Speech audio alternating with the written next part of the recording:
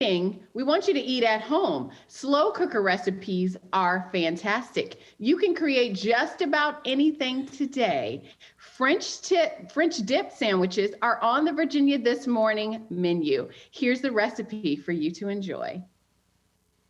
We're joined by a great friend of the show, Dana Miller. We're ready to gather round with Dana with a delicious recipe. Dana, it's great to see you. It's so good to see you. I've missed you all. We've missed you too. We were saying that before we got started this morning. It's nice to see our friends and really have time to spend time together in this maybe new normal situation. You're at home, so thank you for welcoming us into your home. Oh, I'm so excited to have you all in my kitchen, and I'm going to share with you today a slow cooker recipe that's perfect for our fall weather that's approaching us. And so when we've gone out to restaurants back in the old days, my husband always ordered a French dip sandwich, and I could never make one good enough for him at home. But I've discovered a great recipe that I'm using in our slow cooker, and I've paired it with bread from the rustic oven. And I think the bread pairing has made a big difference for him. So we're going to get started. I had 2 tablespoons of olive oil heating up over medium-high heat in my Dutch oven. And then I have a lean cut of bottom boneless roast beef. I like a leaner cut. You can do a chuck roast, but I just like a little leaner. So we're just gonna use some salt and pepper all over that. It is definitely time for some slow cooker meals. And even though I'm home all day long, at dinner time I still don't want to think about it. So it's nice to have the slow cooker cooking throughout the day. So we're going to put this in our Dutch oven. See if my muscles can pick it up. It's about 2 to 3 pounds. And you can hear that sizzle. We're just going to brown all sides of the meat. So while that's browning, we're going to get our au jus sauce started. I have 3 cups of low sodium beef broth. And then we're going to add in, this is the hardest part because I can't say this very well, Worcestershire sauce. So we're going to add in a 1/4 cup of some Worcestershire sauce. We're just going to put that right in here. Yeah, no matter how you say that, Dana, it's one of those secret ingredients that you want to have on hand because it really brings so many recipes to life. It does. I love it in my beef stew. It's so delicious.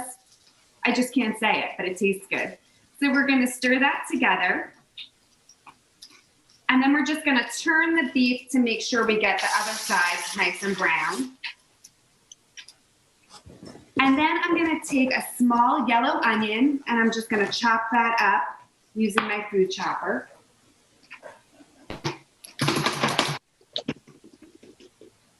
I don't like big chunks of onion, so I like to use the chopper to chop it up a little bit. Move that out. Okay, and now once your beef is done browning, you're just going to remove the beef from the Dutch oven for a minute.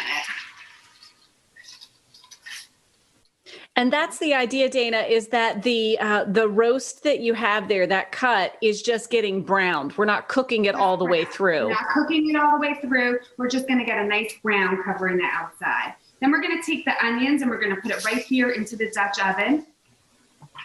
We're going to saute them up a little bit. And then we're going to add in some garlic. I know you love my garlic press, Jessica, so we're going to put in 3 cloves of garlic right in that here. Thing is like a miracle kitchen tool because you put it in there with the garlic shell or skin still on it. So you can see it all comes out just like this. Super simple. So we add 3 garlic cloves to the mix. Do that. See my workout muscles getting a work in there. Okay, we're going to mix those together. The bad thing about doing this from home is that you're not going to be able to taste it and you can't smell how fragrant it is. It really smells delicious. So then we're going to add in half of the beef broth mixture into it. It's going to settle everything down a little bit. Okay. And now what we're going to do next is we're going to mix this all together because you want to get all of those brown bits, the onions and the garlic, all mixed into the broth mixture because again, it's going to add a lot of nice flavor to it.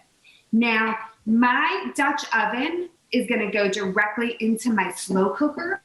But if you don't have one like this, you're just going to transfer the juices and everything into your actual slow cooker. So I'm going to move mine right into, straight on for myself, right into my slow cooker stand. And then we're going to put the beef back into it. And then we're going to take the remaining of the beef broth mixture. It's a mouthful, beef broth mixture. We're going to pour it back on. And now this is the easiest part of the recipe. We're just going to cover it up and we're going to set it to cook on low for 5 to 6 hours. Now, if you don't have as much time, if you decided midway through the day that you're going to do this recipe, you can do it on high for 3 to 4 hours. I can virtually, I'm imagining how amazing that smells. It smells so delicious. Okay, my husband's going to be very excited. So we're going to take out this tender meat now. Oh, it smells so good. And then we're going to slice it through in nice thin slices. So you can choose to slice it through or you can shred it. We're going to it's going to fall apart. Really, really nice. And that particular cut of meat, you said, Dana, was about 2 to 3 pounds. Is that right? And now it's cooked down. Exactly. You're just going to put a strainer over a bowl and we're going to pour all the liquid that remains into the strainer. And this is going to be the famous French dip au jus sauce that you're going to dip your sandwich into. And then we're going to assemble the sandwich. So what I've chosen to do is use sourdough bread with the French dip. It adds just this extra element of flavor. The Rustic Oven, it's a new brand in the Richmond area, and they have 3 different brands, 3 different styles, varieties of bread, like a hearty grain, a white artesian, but I thought that the sourdough was a really good combination to use with the French dip. So the pieces are really big. Let's see, nice and big. So I'm just gonna cut it in half. And this is so incredible, Dana, because as you said, this is one of those dishes or sandwiches that you'll order out, but I've never attempted to make this at home. So. And I have, but my husband, it's not up to his standards. This one is finally up to his standards. So, and he's usually not that particular, but his French dip he loves. So we put 2 slices of provolone cheese onto each half of the bread. And then what you're gonna wanna do is put it in your oven under the broiler. You're gonna bake it. I put it right in my air fryer. Take it out and have 2 delicious melted pieces. The bread's nice and crisp. And then we're just gonna add the thinly sliced roast beef on top. And you can add in more slices, however thick or juicy you want. Now you can choose to eat it open-faced and pour some of the sauce over top, the dipping sauce, or you can have it as a traditional sandwich. And then we'll either pour in some of the au jus sauce and you have a beautiful French dip sandwich, easy and ready to go. It's a really easy one and it's really delicious. Well, you made it look particularly easy and particularly delicious. Dana Miller, great to see you again. Thank you. We'll be sure to share this recipe on WTVR.com/BTM so that you can try it at home. And remember, check out Dana Miller and at Gather Round with Dana.